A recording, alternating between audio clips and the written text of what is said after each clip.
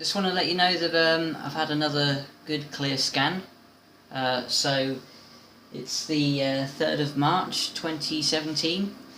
I was very nervous going to get the results of this one today because I had my second breakthrough seizure in early February. I was going through a lot of stress over Christmas and moving into my new house that we're finally in.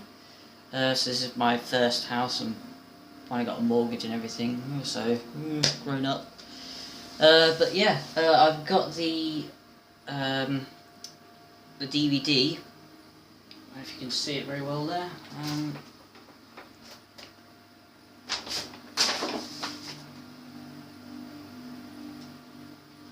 So you can probably see that kind of big hole there. That's in my head. Yeah, it's a bit disconcerting when I look at it. Especially when you go through all the images and you can start to see some of the things that are keeping my head attached together since I had my surgery last year. But this is, I always get these DVDs every time I go for an MRI, just for a bit of peace of mind, so I get to check through the images. But yeah, I was very nervous going into this one. Last night was not easy getting to sleep.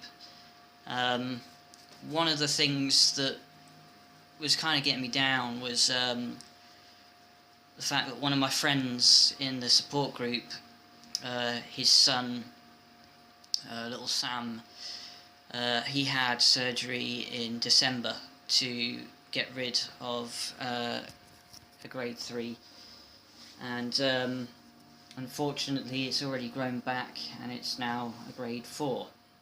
So it just goes to show how unpredictable these things can be and how dangerous they are. And obviously that was on my mind last night, because I'd had a seizure before having this MRI, so I brought this MRI forward. I was supposed to wait about 4 months, but it's just short of that since the last scan. But yeah, it's good news. Everything's clear. There's no signs of disease there, so I'm still all good. Actually want to expand into the science a bit more on these vlogs. I want to do that a bit more this year because now that I've had this this clear scan, they actually want to wait 6 months now instead of the 4, which is good news in the way that the oncologist thinks I'm doing well enough and he's confident to let things spread out a bit more, so I'm not constantly, well, not constantly, but every 3 months going for an MRI scan, which can be very stressful and cause a lot of anxiety. And if you've got cancer or you've been through cancer, then you really, it's easier said than done, but you have to avoid anxiety as much as possible because it triggers so many stress hormones like cortisol, for example, and cortisol is basically a friend of cancer. I'm still very strict on my ketogenic diet, and I think I really attribute my success to that diet in combination with cannabinoids. And hopefully through this year, when I do a few more of these more science-based vlogs, I can explain in a visual way with animations what's happening with the diet and with cannabinoids and all the other things that I take.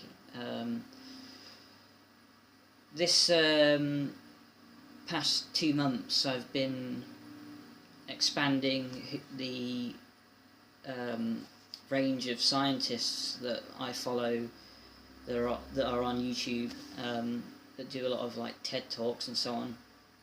Now one of them is Ray Kurzweil, and the other one is Aubrey de Grey, and both of them are advocates, and they're just really good scientists in the field of things like epigenetics and the theory that, well, it's not really a theory, it's kind of going to happen anyway, the fact that in say 20 years or so from now, technology is basically going to be in a singularity, where this is basically just because once things become an information technology, and most things invariably do, their progress is exponential rather than linear. So I think the best way to describe it is Ray Kurzweil was part of the Human Genome Project, and when it completed in the early 2000s, a lot of his critics said to him that oh, so it's only 1%, so it's going to take 700 years to get this done, whereas Ray Kurzweil, his response to this was 1%, well that's only 7 doublings of 100, so we're almost there. And because if you think of that in an exponential rather than linear, then you can see that of course we're already there. But I'm going to explain these more later on, because a lot of these things require a separate video all to themselves. But I'm going to just give you a bit of a preview of how I'm going to try to make these vlogs a bit more easy to understand the science. So I'm a 3D artist by trade. This is a engine called Marmoset 3, and that is an astrocyte brain cell. So the type of brain cancer I was diagnosed with last year is called an astrocytoma. So an astrocytoma is when those astrocytes turn into cancerous astrocytes.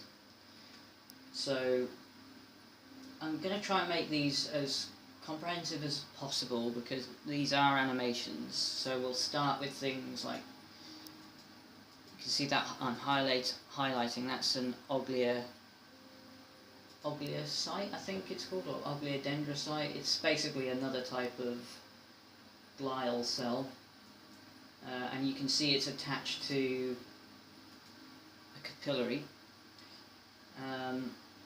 And that will be another video where we can look at the blood-brain barrier and how things can go in and out of those. And you can see in the background there, see me highlighting that? That's a brain neuron, so that's where all your thoughts get processed. So in another video we'll have a look at those in a bit more detail, and I'll just explain with a voiceover what's happening, and we can look at some different scenarios, like what happens when we add beta-hydroxybutyrate into the mix, for example, like how does that protect these neurons and so on.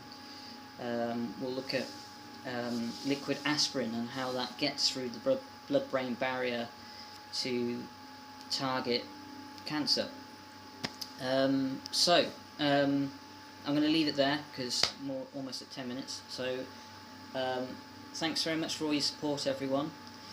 I've only got about 6 or so or 5 weeks left until my wedding, and I'm going to my stag do tomorrow.